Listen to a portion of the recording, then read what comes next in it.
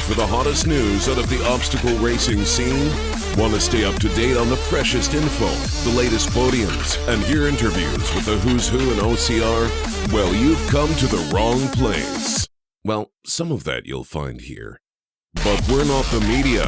This is not ORM, OCM, OCRM, ORCM. This is OCR Talk.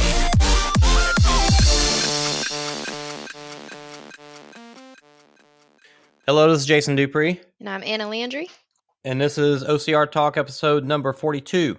42. It has been some time. It's been a while, huh? What, a couple months? 3, 4? Since after Toughest South. Since Toughest South. I have raced Savage Race since then. Mm-hmm. OCR Worlds has happened since then. Oh, yeah, UK version. I was like, wait, I was thinking NORAM. Oh, yeah. Toughest West just happened this past weekend. Mm-hmm. World's Tough Mudder has come out with like a crap ton of news on World's Toughest. Yep. Was Tahoe before Toughest or after? Tahoe was after Toughest. Yeah, so even Tahoe's happened since then. I mean, a ton of stuff has happened. Just a whole whirlwind of happenings happening. We have just been. Where have we been? You start. Where have you been? Why have you not recorded an episode, Anna, and gotten it out for the listeners? I cannot even believe that much time has passed. I'm sitting here. Does it feel like it? No, it hasn't. I'm sitting here just like trying to remember where the whole month of October went, because next week is Halloween, and yeah, that's crazy.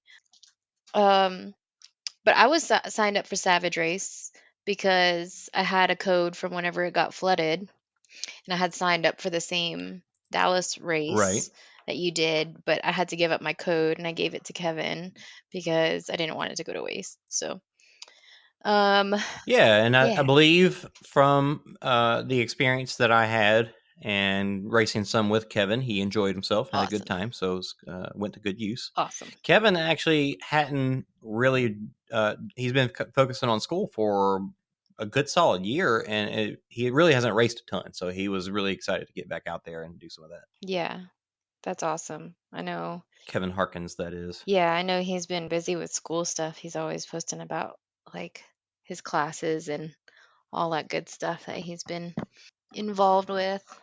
So code to good use. Yeah. I, on the other hand, had my kids run the second day, and I forgot to use the code for Layla that she had for last year. So I paid for her again.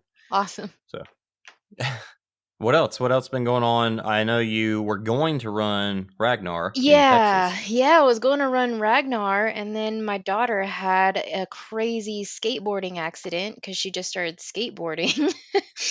And she was at the skate park with her friends and trying to show off a little bit, and I got a phone call later on from her friend saying that she broke her arm. So did they send a picture in the no, that picture was from whenever I first got to the emergency room, because I was across town whenever it happened. She was hanging out. So her friends called you, but they didn't. Yeah, her friends didn't send you a picture of it. No, her friends were like freaked out, I think, that it happened. Because whenever she fell, she screamed for her friend, and she was like, "I think I broke my arm." And her friend, did she look at it before she? Yeah, she was looking at it. She's like, "I think I broke my arm," and her friend was on the other side of the skate park and was just laughing it off, like, "Haha, what'd you do?" And then as soon as she saw my daughter's arm look like a question mark, she was like, "Oh my gosh, oh my gosh!" So she called, her friends called her an ambulance and then called me.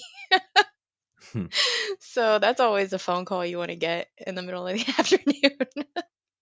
I relate to this very well because the same happened to me. Yeah. I had been skating for about 6 months, caught my arm on the edge of a box as I was falling, did basically the exact same thing as hers. Yep. And when I was at a neighbor's, and they took me over to my parents' work, and my mom, this is late 90s. So no, we may have called, maybe not. We probably just drove right over there. Yeah. And I held my arm up inside the car and she could see, and just that look on her face, like, oh God, no. Well, my daughter was so delirious with pain whenever it happened. Whenever I first got to the ER, they couldn't give her any pain meds because she's teeny tiny and her blood pressure runs low, and Mm. they were scared to give her pain meds Oh. and all this other stuff. And so she was so delirious from the pain, and she was crying whenever I got there. And she said she told on herself a little bit. She was like, I called the ambulance guy a B word because, and I told him not to tell you. Oh. Because apparently he was trying to start her IV in the back of the ambulance and give her fluids and everything, and he dropped a bag of fluids on her arm. Oh. Yeah, exactly. I was like, so did it look better or worse after he dropped? So yeah. Did it fix it? Apparently not. So yeah, she had gotten it in a cast in the ER that night, and our first follow-up appointment, whenever we got it x-rayed again, the orthopedist was like, yeah, we've got to do surgery on it because it's not healing right, and if it heals improperly, then she'll lose like all internal rotation of her forearm and all this other stuff. So Mhm. Did she get any surgery it plates or was. anything, or? Oh yeah. Yeah. Yeah, she got plates on both of her bones, both the radius and the ulnar bone. So we're gonna get her in a splint this Friday so she can look at the incisions, but she's got two pretty long incisions on both sides of her forearm. So I They're was probably like, just exactly the same as mine, to be honest. probably so. Probably so. Yep. I was like, well, you'll always be able to feel the cold coming. So to you and to other parents, concerned parents, like I said, I broke mine after 6 months of skateboarding when I was 13, and I hadn't broken a bone since, and I'm 37 now. So I You better skated, knock on some I wood. still skate sometimes. I skated for a long time and have done much crazier stuff on the board and have never broken anything Yeah. else. So I keep telling her she needs to sometimes just it take up happens. running with me, but she's like, "But you go falling off the trail." I'm like, "Well, so what?" I know somebody who broke their arms walking down the sidewalk. I mean, it happens. Yeah, it happens. It happens. So she's not completely convinced she's gonna go back to skateboarding, but she doesn't. She's like has that mindset right now that she doesn't want that to be the reason that she doesn't try Mm, to like do new things. yeah, So for like sure. that's a good outlook. It's a Yeah, good lesson from all and this. it's hard. It's hard getting that fear from Yeah, the reality of what you experience, and right. getting past that and looking past that and still going on to new things. It's hard, Yeah. but that's Yep, good. It's awesome that she's looking that direction. definitely. It was just like having a newborn all over again that night of surgery, and like cuz the pain was just an issue, but Yeah, it was all better. good. She's back at school now and all. During all that was when the Ragnar race was supposed to be, but she had to Yes. go get surgery during that time, right? Yeah. Yeah, that's why I had to miss. And plus like I just, I really just wanted to be there for her. Yeah. And but they did awesome at Ragnar. I think they got second place Oh wow. out of yeah. So I think they raced in the open category. So congrats to them. I wish I Very could have cool. been there. It looked like a whole bunch of fun. The weather looked like it was perfect. Oh man, that must have been I nice. know. Now we've talked about doing Ragnar in Colorado next year, and isn't it Yes. like in the summer or something? Yeah, it's like in June, I think. I want to Perfect. say. Yeah, which whenever I moved here in July, I mean, it was still pretty nice. That's good.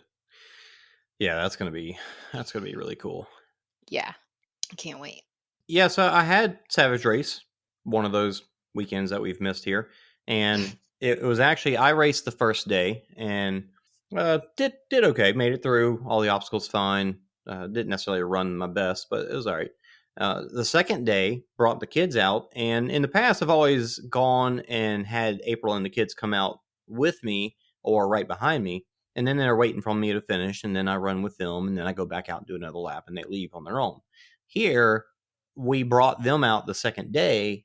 And so I wasn't racing. So it was just, let's go run with them and then head home. So it was really nice not having to put them in that position for the first day that I was out there, running multiple laps and whatnot. And we ran the second day. It was Declan's first race. Layla's, I don't know, like 10th or 11th race. So it was pretty cool getting to see how they did that together, because she stayed with us and we did all the obstacles together. She, for the first time that I can like really look at it and see, she had no need for any help at all, which is awesome. That's awesome. And Declan, his first time, he did need help, but really I think it was just more because he was a little nervous and probably more because of the crowd and the people. Like, the kid will climb on anything, give him the chance. But here it was like, go climb over that wall. And he's like a little hesitant about it. And I really think it was just the people. So, once he gets used to it, I can imagine him just really going nuts with it. Getting after it. Yeah. Yeah. Well, so much to talk about here. So much stuff.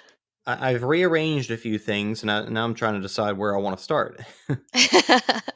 Since, I guess, our last event that we talked about was Toughest, let's follow up with that, because they did come back and say that they rearranged the contender status qualification amount of laps or whatever. Mm-hmm. And I think for the most part, Tough Mudder was pretty upfront about it. They've had some good interviews with Will Hicks, and I forget who else interviewed him, but they were very upfront about their mistake and just the issues. And I had no problem giving them the benefit of the doubt with this, even though it was a detriment to me, because as far as I can tell, this is really like the first time we've seen this happen in a Toughest. Like, all the world's toughest that they've had and all the toughest that they've had, everything's been right on the mark. So, right. Mistakes happen. It's understandable. They did best they could to make it up to everybody, Yeah, and I think they did a really good job responding very quickly, and even like getting the contender emails. Like, it really didn't take very long to get my contender email. It came Stop whenever he rubbing said it it. in, Anna. Huh? Stop rubbing it. Just kidding. Just kidding. Congratulations. Keep going. But it came when it said they would send them out, and they've stuck to their word, and they've really done a really good job this year about making it all an experience for the racers, and just making it all about improving the experience. I even noticed after the Toughest West event, he had posted, maybe in the WTM group, Kyle had posted asking for feedback about the event, like what people liked, what they didn't like, what they would have liked to have seen, things like that. So I think they've done a really good job, like, just responding to everybody's feedback. Yeah, I agree. There is a lot of really cool stuff, and I actually put some of the WTM stuff towards the end. And I know this stuff has been talked about for a while now, but that's kind of like just the next thing up for us. So we'll talk more about it towards the end of the episode. First, unless there's anything else, Tough Mudder, you want to say before we do? Nope, that's it. While talking Toughest 2020 that they have announced already, I'll say this real quick, that 2020, they're only going to be 3 Toughest in the U.S. And I think there's going to be 1 overseas, if not 2 as well. Oh, yeah, over in the UK. Yeah, but that was a little sad to see that there's not going to be a Toughest South next year. Yeah. So there's no Toughest Central either, so it doesn't really it affects you as well, I guess. Yeah. So we're looking at, which one probably is closest, or which one will Mike and Caitlin go to, probably will be the one I end up choosing to go to. Yeah. Yeah. So it more than anything, it just seems like they're consolidating and figuring out, which markets work best. And, they are putting a lot of effort into what they're doing and making WTM a fantastic event. And these Toughest, for the small crowd that they have, they're still putting a lot into them. And it's definitely, it's pretty fantastic. Yeah, they are putting a lot of effort into the events, with the numbers definitely not being anywhere near what their main events pull in. Because I think there was maybe only like what 400 for Toughest West, Hmm. as far as participants go, and there was maybe like a little under 300 for Toughest South. So I gotta say I can't really blame them for kind of consolidating their endurance events, Hmm. because I'm sure those are logistically a lot more expensive to put on, because you're having to go throughout the night and then still put on an event the next day. So you just got to kind of see what market you're going to do better in. But I really Yeah. think if you did have one, in at least one closer to the south, I really think you'd pull in the numbers, even if you only had, you know, a small number of toughest events next year. I don't know. I mean, they didn't really this year, and there was what, only 4 this year in the Yeah. U.S. So, hmm. I guess Mm. more than anything, I think it's just awesome to see that the company that we were kind of worried about for a minute Yeah. there is really still putting in good effort towards making their events even better and providing, what their clientele want and hope for. Yeah, definitely. Toughest overseas, toughest in Europe, toughest elite, not Tough Mudder toughest.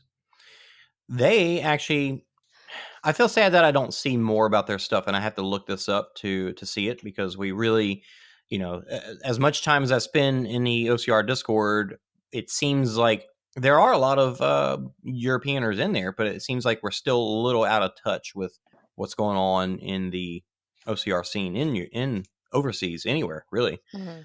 But one thing that I have seen and loved to see that Toughest has gone to a full mandatory completion race this year. I don't know how it's gone for them. I haven't seen any results, or unfortunately, not no really any videos or anything. But it's cool because they were a very unique race in the fact that they had multiple lanes, and if you failed, you might have to do a penalty loop. But if you didn't do the fast lane, you would still have to do another obstacle right after the obstacle, like a rig. Then you would Hmm. do a low crawl, something Hmm. like that. And if you did the fast lane, you would pass it. But if you failed the fast lane, you had to take the penalty.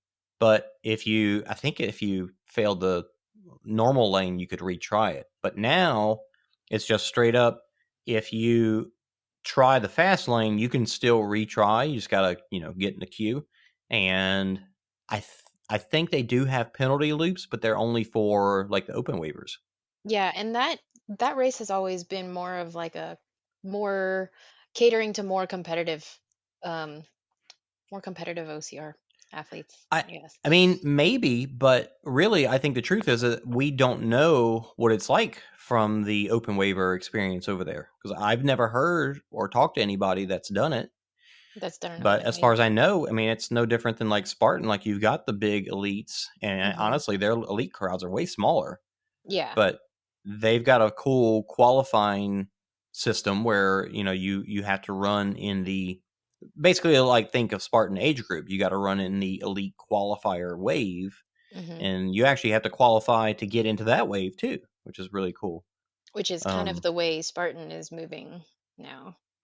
right, still not, you don't have to qualify to get into age group, but they are definitely, we do have qualifications for next year. And even though I don't have a contenders status for world's toughest, I did qualify for to run elite next year at At a Spartan. Spartan San Antonio on a Sunday Wait, so in you age group. qualify for like that specific race? Did it No, say? for the year. Like, if you Oh, like, okay. I take So it for if the I, year. yeah, if I put in my qualification, which you do have to apply and put in a application fee, and as long as you match one of the criteria that they have, then you get it. Yeah. So I might do it just to do it. $30 to say that I can run elite. And as I heard somebody else say, if age group gets crazy this next year and it fills Hmm. up, and I don't sign up soon enough, then I can hop in elite just to run. So Huh. have that option open to me would be nice. Well, Yep. I didn't run a Spartan this year, so I guess I'm gonna be stuck in the age group or the open waves next year if I Yeah. decide to do one. I believe that if let's just say you ran one earlier in the year and you got fifth in your age group, I think that would like you could qualify right after that and then probably run the next race if you wanted to as elite. Yeah. I think that's how it works. I'm not sure. Anyways, Fancy. so good job to Toughest going mandatory completion. I would love to hear from somebody over there's perspective to hear how it's going, if they are Yeah. enjoying that or not. I'd just like to hear more about those events in general. Because, I mean, you're right. We really don't hear much about anything that's going on across overseas. Okay, well, while we're talking about that, one of the things that we've seen in the past years is Toughest having some great coverage. Now they don't so much. They used to do live coverage, and then they got to where it was just like short recap videos, and it's just gotten less and less and less. I think OCR, what is the name of that race? OCR race? OCR series. So OCR series is a pretty interesting one that seems like they've actually gotten better at their coverage. Like they've had some pretty legit. I don't know if they've done live stream, but pretty legit broadcasts for like after the fact for sure. And they have, according to the website, they've got 7 races, and I guess this is for next year. 7 races, and then like a world finals. So they'll have like 8 races altogether, and you have a point series throughout the entire thing, which is pretty cool. So they've kind of gone like the Spartan route, but they only have the national races or whatever, in similarity to the way Spartan is set up. You don't have 60 races, just simply the national races, and that's it. The designated like national championship races or whatever. Yeah. And looking at the website, it shows like the races are in like Germany and France, and maybe that's all I'm seeing. Maybe Spain. I'm not sure what that other flag is, but yeah, that's it. It seems like a cool series, and you don't really hear much about it. So you've got them, and you've got Spartan with their whole live coverage thing, and it's been. I guess they're putting out a good quality thing, but it's not live anymore. So that's kind of sad in itself. Yeah, I watched I did get to watch the race, like the Tahoe race on YouTube the next day. And then I know I got the email whenever they were showing it on ESPN or something, but Yeah. I didn't get to see that. So I don't know Yeah. how, but I did watch the YouTube feed, and that was, I mean, it was pretty good. It was pretty good, I have to say. Commentary was pretty good. Those poor those poor rabbits that are having to run along the top contenders and like keep up with them. Yeah. I would not Yeah. want Well, that job. But they're they're ultra all, marathoners, so yeah, they're definitely. okay. So they're just like out for a jog. It's okay. Yeah. But even like I said, Toughest is their live feeds have become non-existent as well. OCR World Championships had their own live feed, as well as like everybody else that normally tries to live feed those big races. Yeah. But theirs was they at least had 2 different cameras that they were jumping back and forth between, but that was it. There was no commentary over it. There was no graphics to just make it look flashy and nice and neat. Yeah. And this is kind of actually part of the reason why we haven't recorded more recently, because I've taken a good portion of my free time to test and work on this, because I see the need to find a way, like thinking, broadcast happens everywhere. Gamers do it. Like everybody can broadcast a live stream. Like, why has OCR not figured this out yet? So I've been looking into different platforms for doing this, and actually in some testing has had some great results, and actually have a tip from Adrian Bijanata about another platform to use that I looked into. I just haven't looked in deep into it yet. So I think that's what they used at OCR Worlds. And I'm going to look into that one to find out basically what is the cost with all this stuff. I have a very low cost way. Like I said, I've done some testing, a very low cost way to do this. and I can have, people out in the field live streaming and pull in their live streams and put those side by side or jump back and forth between cameras and Yeah. have, if I've got information, I can pull in information and have graphics on the screen and all that good stuff. So we're working on it. I'm kind of talking with different people about doing this and seeing who all wants to be involved. But that's kind of something in the works that I would love to see, whether I'm doing it or somebody else does it. I would love to see legit live streams at multiple races. Yeah. Maybe Spartan don't want us there because they do their own thing, but Yeah. like maybe Savage or Toughest or And the tougher wave. you could almost even have people, because I know terrain is an issue, and you can't Oh, always. wait. Terrain race or No. That's a whole nother issue. terrain is an issue. They've got more issues than Vogue. But so yeah, so terrain is an issue, and you could almost have people like set up in different zones of the course, because I know that Yes. it's not always, you don't always have like the vehicle available or the people available to make it through like a really ruddy part of the course or something like that. But you could almost have different people set up in like different zones of the course where they just kind of wait for the top people to come through, and then once they come through, they go into the other person's zone, they hand off to the person that's doing a live stream on the other side or something like that.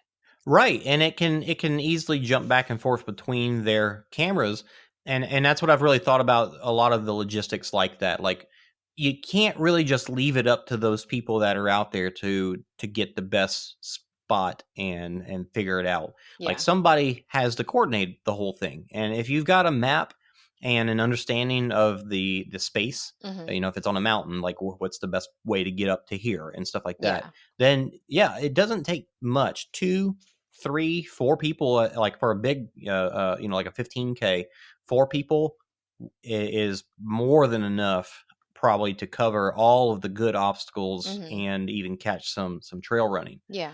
So, and then on top of that, to have, commentary coming in or after the fact, recap show after the fact, like there's so many options and possibilities with this that I think would be really cool, that takes it away from what it is now, where you've got to track down, okay, where is the live stream right now? Right. All right, that person ended theirs and they've continued somewhere else. Where is that live stream? Right. Like, that is a pain in the butt. Yeah.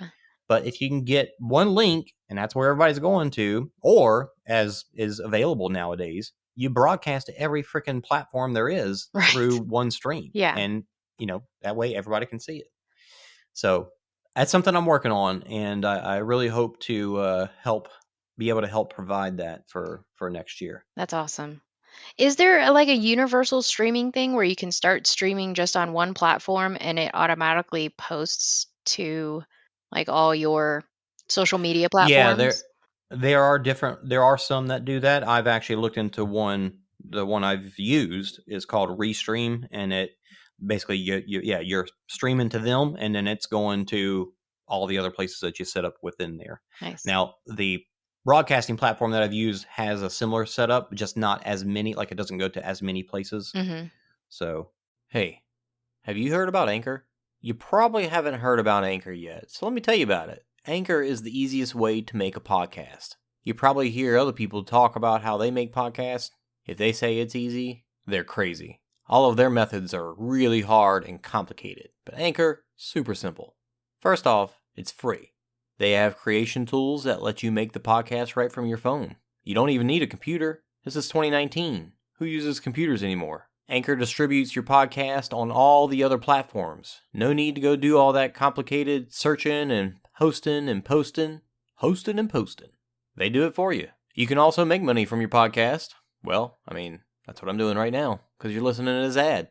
They've got everything you need to make a podcast in one spot. No need to search around all over the place. No need to go to 20 different sites. Just one.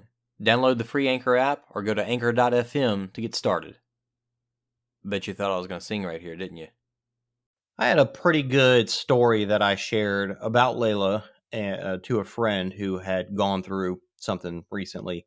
And I basically took the story, something that happened with her, and related it to just failure in life. And we were running at the time, so it was like it just came out really well. Like, I don't know, my brain was firing on all cylinders, I guess. But I did want to share it, and I'll try to keep it brief. But just thinking about, you go after something in life and you fail and it doesn't work out the way you want to, and how do you handle that? And really, the reason I thought about this is because somebody told him, I'm glad to see that you have maturity about this. And the word maturity gets thrown around a lot, and I always grew up feeling like people were telling me to be mature, and that meaning that you had to get a job and be serious and do all that stuff. And that's not it. Maturity is knowing when to be serious and when not to be serious. And when it comes to stuff like this, like how to handle failure, what to do with it afterwards, maturity is something that a child doesn't have yet, and it's understandable because they're children. So this is where it kind of ties in with what happened with Layla, and how I helped teach her how to deal with failure. She was brushing her teeth and had something, maybe her toothbrush or something, I don't know, fell underneath the hopefully it wasn't her toothbrush, fell underneath the the cabinet, and she couldn't reach it. She got upset and sat on the floor and cried. And when I came to help her, I asked her what was wrong, and she couldn't get the thing, and she probably didn't really try that very hard. So I told her, you can't sit here and just cry about it, because that's not going to do you any good. Like, it's not going to get fixed. You have a problem that has a solution, and if you sit here and cry and mope about it, then it's not going to fix. You're not going to fix it. But if you pick yourself up, calm down, take a step back, think about the problem, figure it out, try something else, try another solution. And so she eventually did. And I told her, look, I will help you, but you have to try. And so you try and figure this out. And if you still can't figure it out, you come help me and I will give you advice. And that's what she did. She tried, she couldn't get it. All she did was stick her arm under the thing, couldn't reach it, of course. And so when she came to me, I said, what did you try? And thinking about her problem, she said, I tried to stick my arm under it. And I was like, okay, did your arm reach? Why not? Because it's too thick or too not short, long enough. Okay, well, find something that is that long, something that matches the problem that you're having, And she did. It took her a moment, but she finally saw the back scratcher that was staring her right in the face, right in front of me, and went and used that and got the thing. So no, I just thought it was a really cool, like, I got to see lack of maturity and what is required to deal with failure in a very literal and real sense. And obviously we can apply that to ourselves at any given day. And every day things happen. What do you do? Yeah, every day.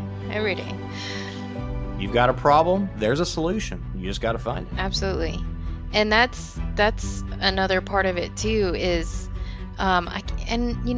whenever I was watching the news the other day, I saw something on the news about how they were saying failure is the new success, because there's so many more but it's true, because there's so many more lessons that you can learn from failing than you can from succeeding.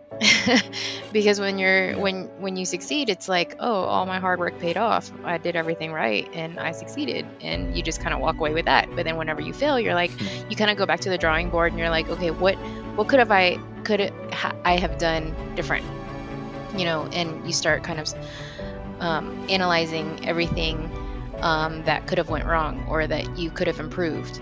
And that's whenever the growth and the progress starts, and you start to see little improvements along the way, and then you start to see all that hard work pay off. And to see that in kids, since we both have kids, and just to see that in them, like, living it, and just to see it from the outside looking in, whenever we have to teach them things like that are like so simple in our minds, but like they have to like process it differently in their little minds that are like still learning and everything. So yeah, and it's a great reminder for ourselves that sometimes you can, reaching out to somebody else when you need a hand and you're not sure what the answer is, and that's okay. Yeah, knowing when to ask for help for sure. Absolutely. I'll find some sweet music to put over that. Did we have an Enya moment? Did we have an Enya moment? Yeah, but I'm not gonna use Enya anymore. Enya won't return my phone calls. No. So yeah, the Spartan World Championships happened as well. That was a pretty fun race to watch, and man, what a That was crazy super weekend they intense. had. That was a super intense race to watch. But yeah, it was a very crazy weekend. I remember 2 years ago whenever it was super, super cold. I mean, it wasn't snowing cold like it was for them, but it was really cold that they were shutting down. I think they had shut down the dunk wall. Yeah. And the topic of discussion that came out of this the most, I think, is saying, should they have done more to make it safer? And I think the overall consensus is no, because they did do plenty to keep it safe. Right. They had people medical out on the mountain. They did have their thoughts on how long can somebody be in the water, and versus how cold is it outside versus the water and all that stuff. And at the same time, the people who were out there were the elites and the age groupers. Like they are the ones out there competing. Yeah. So overall, does it have to be easier? No, because people complain when it's too easy. Right. So although I don't think they would have gotten very many complaints if they had just shut down the swim. probably not. But probably some. Well, that's the problem though, is that they do. People people complain about everything. That was too easy. People are always going to find something to complain about. I mean, you can't. That is a hard balance to. You really can't. Yeah, you really can't please everybody. But I feel like though the swim is just something that you see just at Tahoe, so it's like, I don't know. Maybe they have it in West Virginia too. I don't know. Yeah, I think they do. Glen Rose had a great swim. Yeah. And they got rid of it. Yeah, they got rid of it. Yeah, and they had one in West Virginia, but yeah. Oh, did I they? think so. That's right, they did. Pretty sure they did. That was a pretty long one too. Yeah, from what I heard, it was really long. But I remember that swim in Tahoe, like it takes the breath out of you whenever you just jump in, because you can't just like gingerly get in the water. No, you just have to like just jump in, and just rip off the Band-Aid and It's just too jump cold in. to ease your way in. Yeah, it's too cold. It's way too cold for that. You're gonna be in the water for way too long. Just jump in, but it does take your breath away. Yeah. Oh yeah. Well, I did it in 2015, and it was cold enough that by time not even by time, halfway through the swim, like my hands and feet were getting numb. Like it was dang cold. Yeah. And you get out. It's just the transition from not being numb to being numb. That period of getting numb hurts. Right. And that's the hardest part. Like once it's numb, it's fine. Yeah. But up till then, it's like, ouch, this is painful in my limbs. I remember coming out of that swim and I'm like, oh my gosh. And the first thing you want to do, is just to keep moving. So you keep your heart rate up and you keep your body warm. But then I'm like, oh my God, I'm cramping so much. Because I think they had a wall, like a 6-foot wall after that swim. And I'm like, as soon as I jumped over the wall, both my calves seized up on me. I'm like, oh my God, I've never had this before. That was the last time, when I first started racing, we always did it as a group, and we kind of start and then like eventually be like, all right, man, I'll see you, and then take off, whatever, or, one person leave. But that was Tahoe 2015 was the last time that I raced as a group. And I think I started running competitive after that because I was just tired of, I didn't want to have a situation like that happen again, because I got stuck on the top of the mountain waiting for other people and just getting way too cold after that. Was that whenever you were huddled up with a group of guys and we're all trying to keep each other warm on top of a mountain? Yeah. Oh, yeah. Good times. Dallas, Glen Rose had the swim, and it was a pretty lengthy one too. And I remember doing it before they had life jackets. Like I think they had a few, so if you wanted one, you could take it. But I mean, we did that whole swim, probably, I don't know, who knows what shoes we were wearing at the time, but Reeboks. swam that whole dang thing. I think they maybe had a rope cross that you could hang on to if you needed to. And then, of course, they did have like some kayaks in the water. But man, I can understand with that many people going through why they make it mandatory now to wear life jackets. Yeah, definitely. Because even the strongest swimmer can get a cramp and have issues. Right. Spartan. What else is Spartan going on? So about? much. Oh yeah, they closed Ape Hangar through that too. I think they did not with the elites, but in the age group maybe. Yeah, they had so many issues. Yeah, I'm really surprised because you mentioned something about wetsuits, or maybe using wetsuits during that race. But I am kind of surprised. Like you have athletes like Ryan Atkins and Robert Killian and Alex Walker that have done like the toughest events or the world's toughest events that know that whenever your body gets cold and they put on their wetsuits and everything. I'm surprised that I don't know if it was they didn't know it was going to be that cold or if they knew they were just, running the 13 whatever miles and they could just get through the 13 miles without a wetsuit. Well, I think it's also the little amount of water that you go Right. through. Like when you do toughest, you're in and out of water at probably at least 4 times per lap so 4 times in 5 miles. But in Tahoe, you're in water twice throughout 13 miles. Yeah. So I think it's understandable. But they did things like have a dry sack with that they can put their jackets in and stuff. Like their wet clothes in. Yeah, like next time, let's say Glen Rose this weekend has the temperatures that we saw 2 years ago. I think I would get a dry sack and bring it Definitely. just in case. Yeah, because that makes a big difference. that was my last ultra, I think. Yeah. Speaking of the ultra this weekend, I pulled something in my leg on Monday, yesterday. Oh, the tendonitis that you were talking about? I don't know. Freaking, it's like where your Achilles attaches to your calf is what it feels like. So like on I the was inside of your just ankle, doing normal, almost like right above that bony prominence, right in the back, just below my calf. Okay. Yeah. So not down by the ankle, but that same, the same bone, or not bone, the tendons there, the Achilles, but higher up.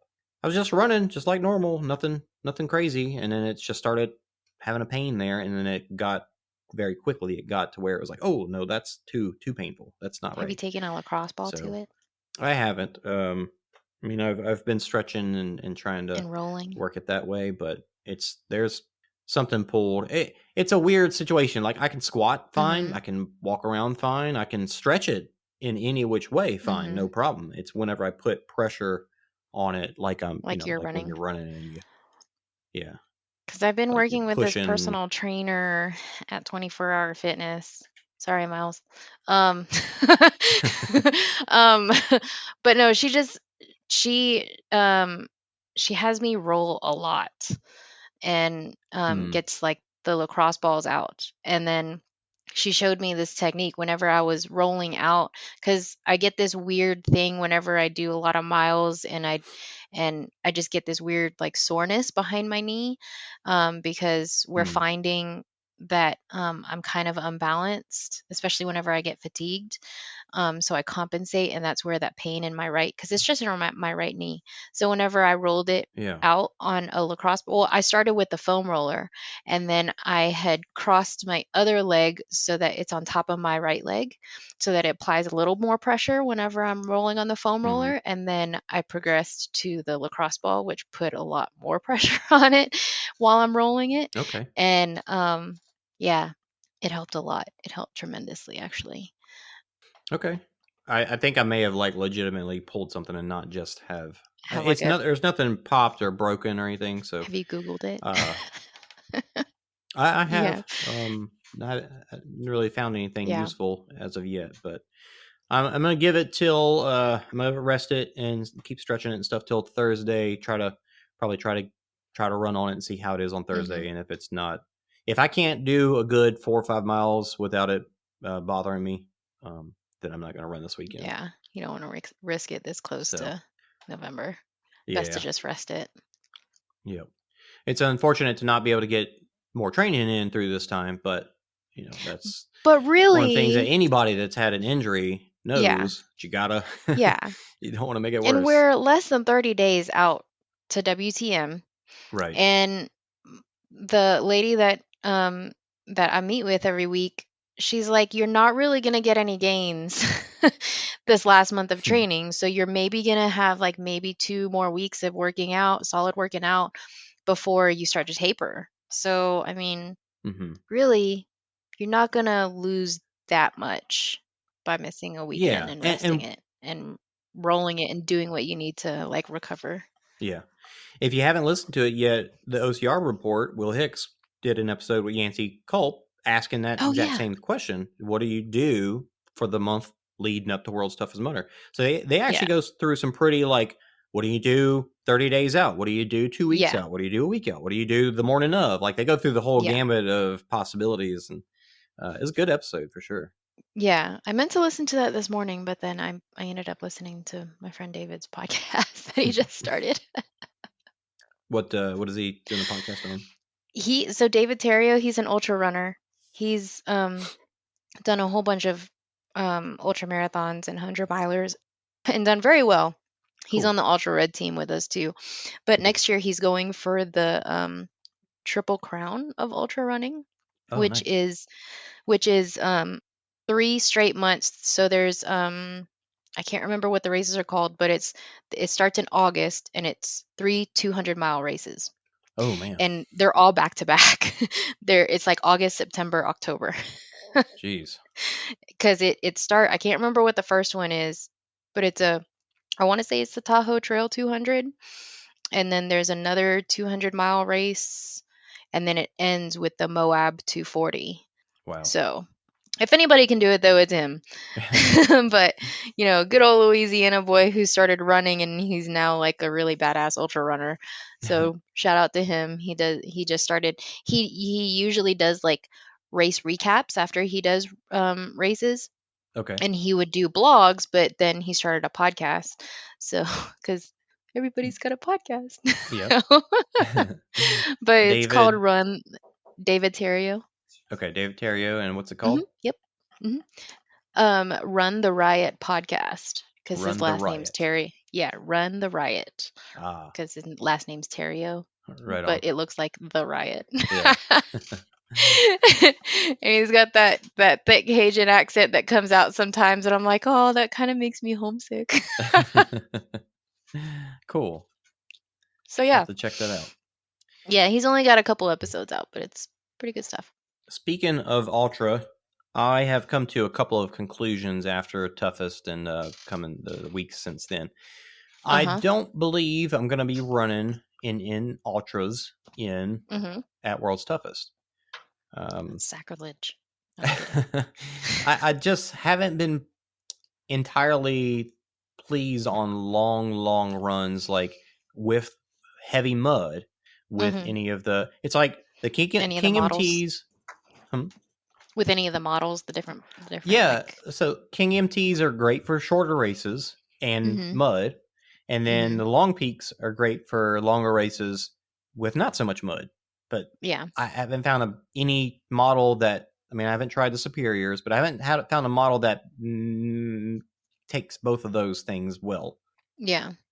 Well, and our sport's kind of tricky because we go through like an obscene amount of mud, and it's like you try talking to trail runners that are just strictly trail runners, and there are some pretty nasty courses out there, I'm sure, but like as far as like just going through really nasty courses, yeah, our sport's kind of tricky about that. So ultra team wise, do you have any suggestions? I would say try the Superiors. The Superiors are kind of minimalist too, like the King MTs, but I find they just feel cushier to me. I don't know why. And I kind of like the Superiors in that they don't have a tongue on them, so they don't like the tongue's like built into the shoe, so it doesn't like get in the way or get shoved in the shoe or kind of weird or anything like that. Because I had that issue with my Lone Peaks at Toughest South, was because I had done a race in one of my pairs and it dried all funky, and so it was really really stiff, and so the tongue was kind of in this weird position until I got it worked out again. Um, but I do like the superiors for actually I took my superiors on like a 14-mile run the other day, and it was super comfortable, no issues at all, no blisters or anything. And I that's one of the things I love about that model, is that it doesn't have the tongue on the shoe. Okay. Um, I Now, wasn't like I crazy said about the before, temps. I The temp, did try the yeah. Olympus, and they were so freaking Yeah, they're they're too super tall, stacked high. too Yeah. much. And I was Who gonna say the temps are like, they have more cushion than the Lone Peaks, but not as than much as any the shoe, pretty Olympus. much. Yeah. Oh, I'm sorry. You said the temps do. The Olympus Yeah. have more cushion than any shoe ever. Yeah. Yeah. I mean, they're basically Yeah. platform shoes. Pillow. Running on pillows. But I mean, they have, they have their application. I just haven't, for me, I Found it. haven't found it. But I tried my temps. Now, granted, this was like the first version of the temps that they had come out with. I tried those at WTM last year, and I wore them for one lap, and that was it. And Mm, I just couldn't wear them anymore because they were too soft, too cushy. mm, They were almost a little too big, so I think my sizing was an issue on those two. I have not tried the newer model of the temps, so I can't speak to like the updated version. Um, so yeah, but I kind of found what I like. What works for me is the Lone Peaks, the RSM version, hmm the rain, snow, and mud version, because I like the traction that it gets. But that's what works for me. I feel like I could run in those all day. Which I still don't understand because it's the same treads as the Long Peaks, The the Lone regular Peaks, Long Peaks. Yeah, the RSMs have the max track on them, on the from the on the picture, it looked sole. like the exact same. They do look like the exact same shoe. Just one is a little bit more expensive than no, but no, I think the RSMs have the stickier grip on the bottom. They do have the Okay. different sole. I have compared them to my other regular Lone Peaks, and my regular Lone Peaks look a lot more beat up on the bottom, and they definitely, yeah. All right. Well, so like I said, I'm not gonna run. I had my test at Toughest, and I'm not gonna run Ultra for Worlds. Last year, I ran in Agility Peak Flex 2, which is a Merrill shoe. It's like Mhm, the longer distance brother of the Agility. Wait, mhm. of the crap. What was the Tough Mudder branded pair with the Merrill a la Crush? Oh So it's yeah. the longer distance brother of the All Out Crush. Mhm. They I don't know if they are still making the All Out Crush, but I I didn't don't know think that they so. were going to make any. Since Tough Mudder and them broke up, I didn't know they were going to make any more of those brands or those Mhm. versions of those. What's the word? Styles. And I looked it up, and sure enough, they made a 3. So I got a pair of 3s, and that's what I'll be running in Nice. World's Toughest. The Agility Peak Flex 3s, and they feel good. And I just wish they had a little bit wider toe box. That's all. Yeah. Yeah, once you get in that ultra toe box, it's hard to go back to a regular shoe. So to continue that message, my running around town, running on concrete shoes. I've been running Mhm. in the Torrens 3.5s, and Mhm. then have loved those shoes, and will most definitely, once they fall apart, get whatever the next version of the Torrens are, because they have been great. Like I Interestingly enough, I find that the temps find that have like the same amount of cushion comparable to the Torrens, but interestingly enough, the Torrens originally were introduced as a trail shoe. what Yeah, with no traction at right. all, or did they originally Yeah. have some tread? I think originally they had a little bit more tread than what they do now, but since they've Okay. evolved more into like a road shoe. But yeah, the very first few models of the Torrens were like introduced as trail shoes. Dang, maybe I need to get some of those. Right? I think you can still find them on Amazon where some of the descriptions say like Torin Trail like Oh, 2.5 or something like that. I can't remember, I'm but gonna I try to think you look can those still up. find some on Amazon. That's awesome. But yeah, my Taurens are I think approaching 250 or 300 miles, so it's getting about that time. Let's see, we've kind of gone off on some tangents here. So Spartan Worlds. No, I'm just kidding. Let's not Yeah, we talked about continue that. Spartan, OCR, WC. I think. Oh, OCR, WC 2020 coming back In to Stratton, Vermont. America, North Yay. America, but it's going to be in the U.S. again for the first time since what 2015. 15? Yeah, Whenever it was I in. think so, in Ohio. Yeah. So that's cool. So we'll get to go. We won't have Yay. NORAM, at least not like maybe there'll be a Canada race. I don't Maybe. know, but Can we get as an of now, enduro? yeah, that'd be cool. That As of would be now, cool. no NORAM, but OCRWC in the US. So that's awesome. Yay. So definitely going to be doing that for sure. Yes. Back on the mountain. Yeah, and according to that team, according to like Brett Stewart and Adrian, like they have ways to better use that mountain rather than just going straight up it and straight down it. So hopefully we'll see that for OCRWC and have This it. intrigues me. I think I may want to go to that. Well, yeah, you better go to it. You've been complaining about not getting to go to one for the past I know, how many right? years. But no, that's been one of the funnest times, each year is going to that.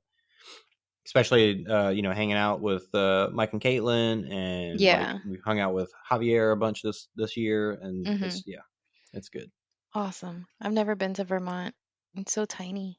Oh yeah, it's pretty, and it'll be later in the year this year, Yeah. as opposed to what NORAM was. So it'll be Like August. In October. Yeah, it'll be more fall than anything, and so you'll really get to see the changing of the colors of the leaves. Leaf peeping is real, y'all. Can I just say that? I just want to say the change. Yes, they call it leaf peeping. I say this like it's like a huge revelation. Yes, it's a peeper of leaves. Like whenever the leaves change color. Like bird watching? Yes, like bird watching. They made such a big deal out of it out here. Oh, wow. Whenever, because like people were like driving to the mountains to see all the leaves changing colors and everything like that. I'm like, oh my God, these people are legit going crazy for the changing colors of the leaves, because it literally lasts maybe a couple of weeks, and then like all the winds roll in for the winter, and then all the leaves are gone. So I guess that's kind of cool. But yeah, I didn't realize it was a thing until I moved here, and everybody's like, oh, you can see the changing colors at this place and at this place. And I'm like, wow, they really have nothing else to report on the news. Nice. But yeah. All right. Well, that'll be something to look forward to. Last on the list here is WTM stuff. Yay. So, this stuff has been covered all over the place already. As soon as this information has come out, Will Hicks has been all over it. So if you haven't listened to it yet, go check out World's Toughest Podcast and some of the stuff that I think even Matt has done at ORM. Actually, while I say ORM, let me talk just for a quick second about those guys. Those guys. I find myself, Davis and Chase is what I'm really speaking of mostly. I find myself more times than not when I'm listening to them, like it's nice kind of having that, like, you kind of know them, we've met them in person, and so you're kind of like acquaintances with them. We chat online about it, like on Discord stuff, and it's fun to sometimes be like, yeah, this is, the topic, and we agree about it, and that's cool and fun. And then other times it's like, there's the topic, and man, they are ridiculous with their thoughts on it, and I think they're idiots. And I definitely, I can't tell. I guess the times that I disagree with them stand out more, so I probably feel like it's more times than not, but it's really not. It's just here and there. But there are times where I'm like, man, if I was there right now, I would give them such a correction on their thoughts. I would give them but a harsh talking to. Mhm. But the biggest thing that I wanted to point out is that most recently in their latest episode, actually, Matt said that their platform was so unique, and I forget what other words he used there, but I disagree that theirs is unique in the sense that pretty sure that's what we're doing right now. Right. Having discourse about topics. Two people, Discussing a topic. no interviews. I feel like that's been going on for a minute. Like probably since February of last year, I'm pretty sure. Matt's good at talking out of his butt though. Yeah. But I mean, the No, he's guy good. does do a He's ton. good people. And yeah, so Definitely just good wanted to people. give him a little jab there. That's all. Yeah. But no, that'll actually be cool. We'll get to see them. Going back to World's Toughest that we're talking about here. Yay. We'll get to see him come less than a month here, and awesome. I don't think he'll be at the Cat Cafe, but I'm sure Only we'll the see cool him kids are somewhere going to out be there. at the Cat Cafe. Let's be real. Are you gonna make it to the Cat Cafe this time? I always have to be the last one to make it into town. You know this. What is your plan? When are you going? So we're flying out. Let me see my ticket. I'm pretty sure we're flying out like that Thursday morning. So in the morning this time. So you should be getting there in time. Yeah, I don't should know. be Are y'all getting there landing in by time for the noon, Cat or- Cafe. Yeah. Lunch at the Cat Cafe. We should be there about noon. It's not lunch. We're not eating lunch there. There is no food. They have coffees and I didn't adult think that would be beverages. a very sanitary place to eat. Right. That is other people's concerns. Yeah. But yeah, that place is awesome. So as soon as we land, that's where we're headed, to the Cat Cafe. Yes, I arrive at just before lunchtime. Perfect. So I'll get there just in time. That's great. Cat Cafe and then scooter rides around the Cat belt Cafe line and scooters. right after. Awesome. Yeah. So yeah, all the good stuff has been covered by Will Hicks. The stuff that I just got excited about. Yeah. The mid-course quick pit. Yes. How cool is that? That's super cool. It's going to be like a big party you roll up on into in the middle of the course. Yeah. and maybe it'll make it easier, but I like how Will Hicks, he's got some good, thinks about it from different angles, and he said, maybe not. Well, maybe it'll be harder because you'll get there and it'll be comfy and you'll want to stay. And then maybe they'll have heaters around coach and you'll want to get by those heaters. So, maybe not. Maybe it won't be. It'll be a good spirit lifter for sure. But, maybe definitely. it'll be too enticing. I don't know. But I kind of like the idea of getting to break up the course a little bit. Just overall, I think it's a neat idea, and just for them to try something new like this is really cool. Yeah, definitely. So maybe it'll suck, but but there's always those times of the night. Yeah, there's always those times of the night where nobody's really playing any music. There's nothing really going on in the pit, and you're like, oh, this is miserable. And then you roll up on into a party going on in the quick pit, and so it's gonna be really cool. Yeah, so it kind of it's good to be there and wake you up a little bit and be like, hey, I'm having fun. This is fun. But just like the regular pit, don't spend too much time in it. Correct. Unless there is a dance competition on stage to win a golden carabiner or something like that. Oh, yeah. Which they have hinted that there may be. So whatever challenge they have, maybe it's eat a box of donuts. Is that what they're doing as a bypass to Everest now? You have to do the Macarena or something? Yeah. Did you see what they were doing as a bypass for electroshock therapy at Toughest West? They were Dizzy bat, wasn't it? Yeah, they were putting their foreheads on the bat and spinning 20 times. Did you still have to do a penalty loop, or no? That was your penalty for not having to do EST. 20 spins. 20 spins, yeah. Oh man.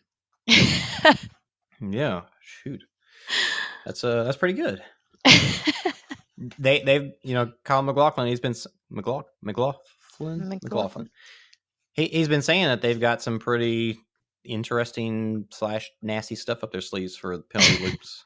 So We shall see. I think they're Yeah. going to make it extra nasty on Everest just because everybody made a big stink about it. yeah, exactly. Anything else? I think that was the coolest thing that really stood out to me that I wanted to mention. But I think they've done a great job of putting all that information out there, and there's still more to come.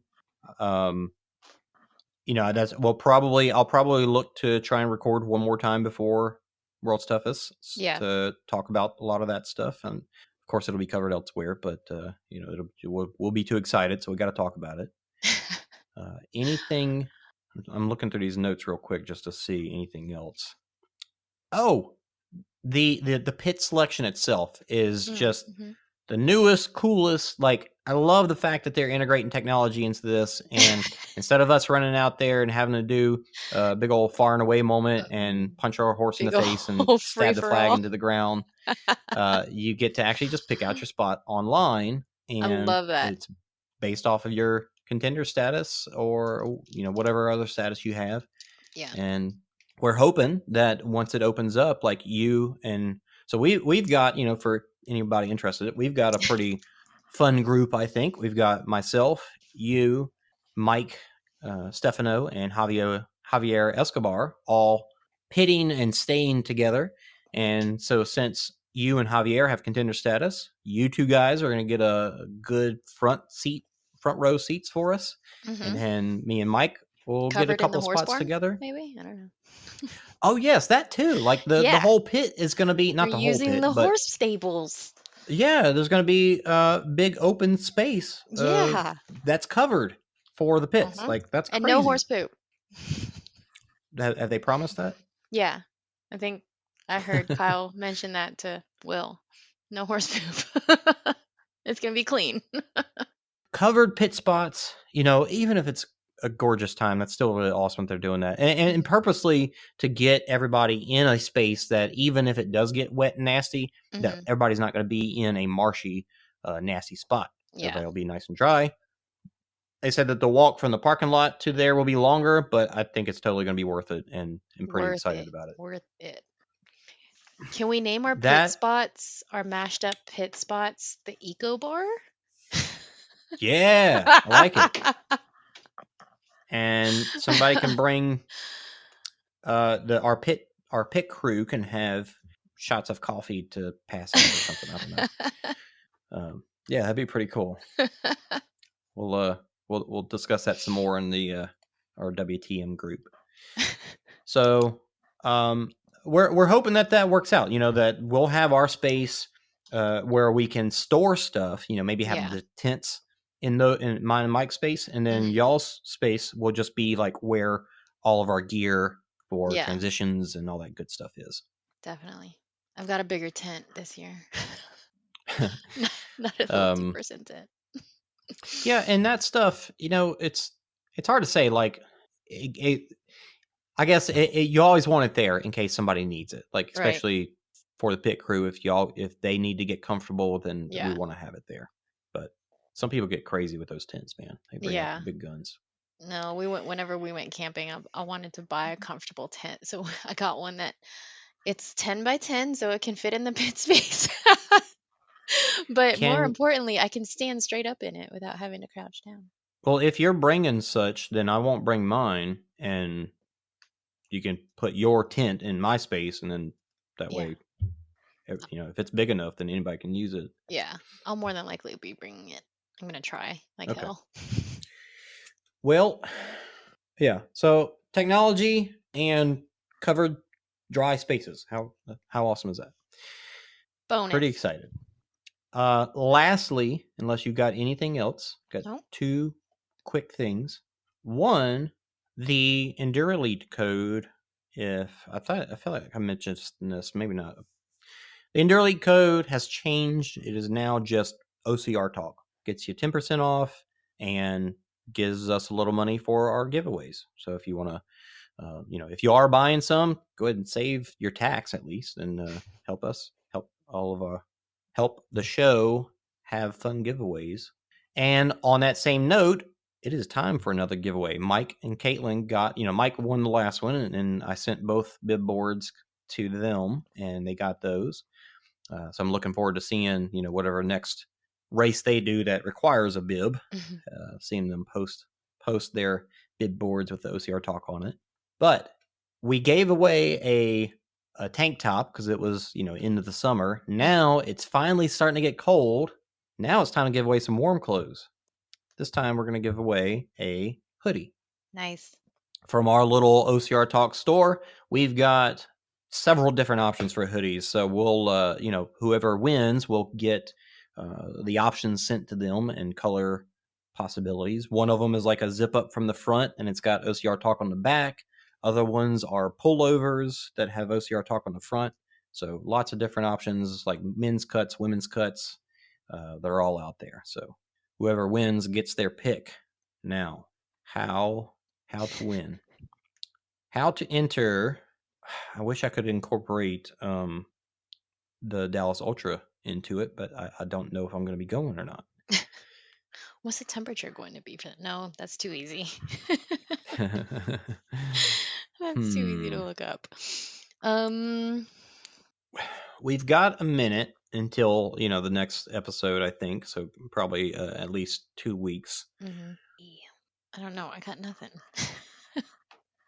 All right. This could be a fun one.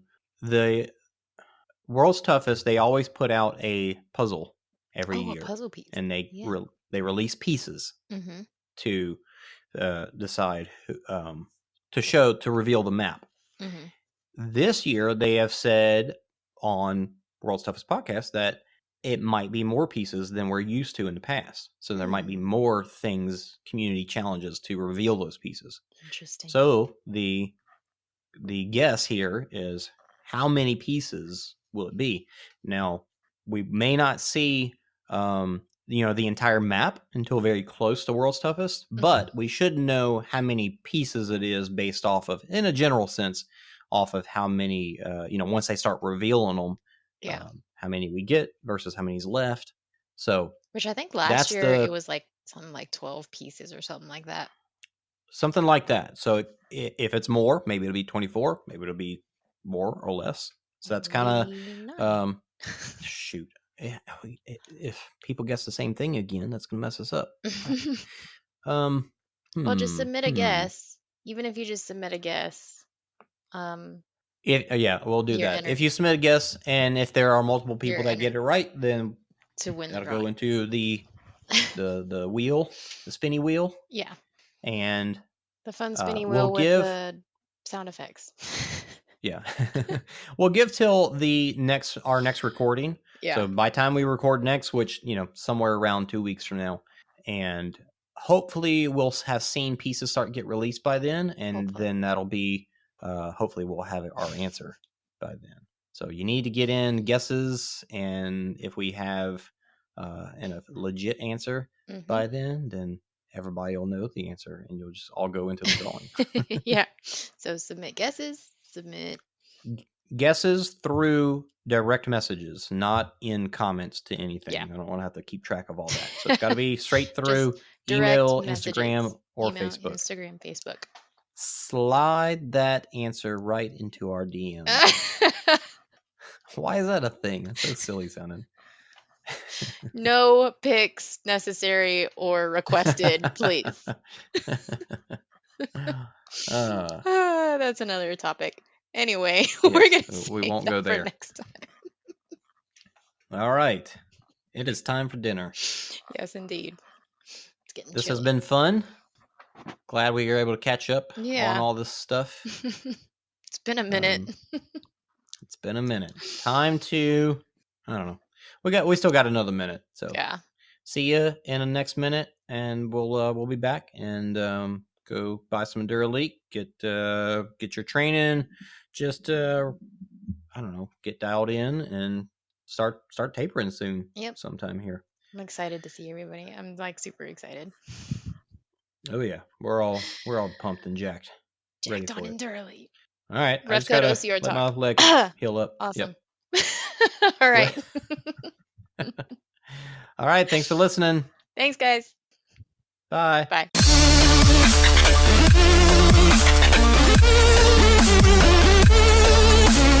I think OCR. What is the name of that race? OCR race. OCR. Shoot. It's just like the name of the race is OCR something. God dang it! It's very simple, but they've got really challenging obstacles. OCR. Yeah, in Europe. OCR. Crap.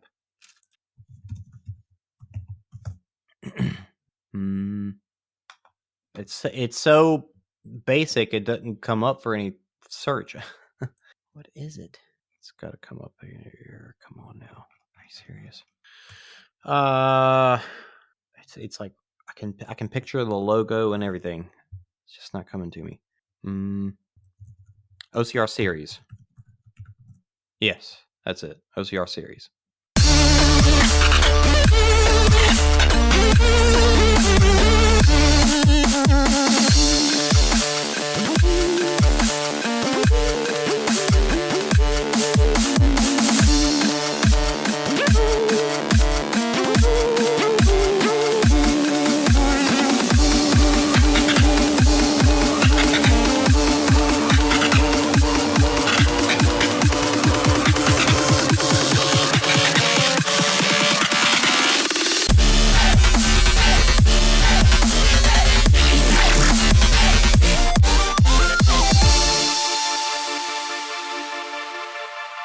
Declan, you want to say hello? No. Bye.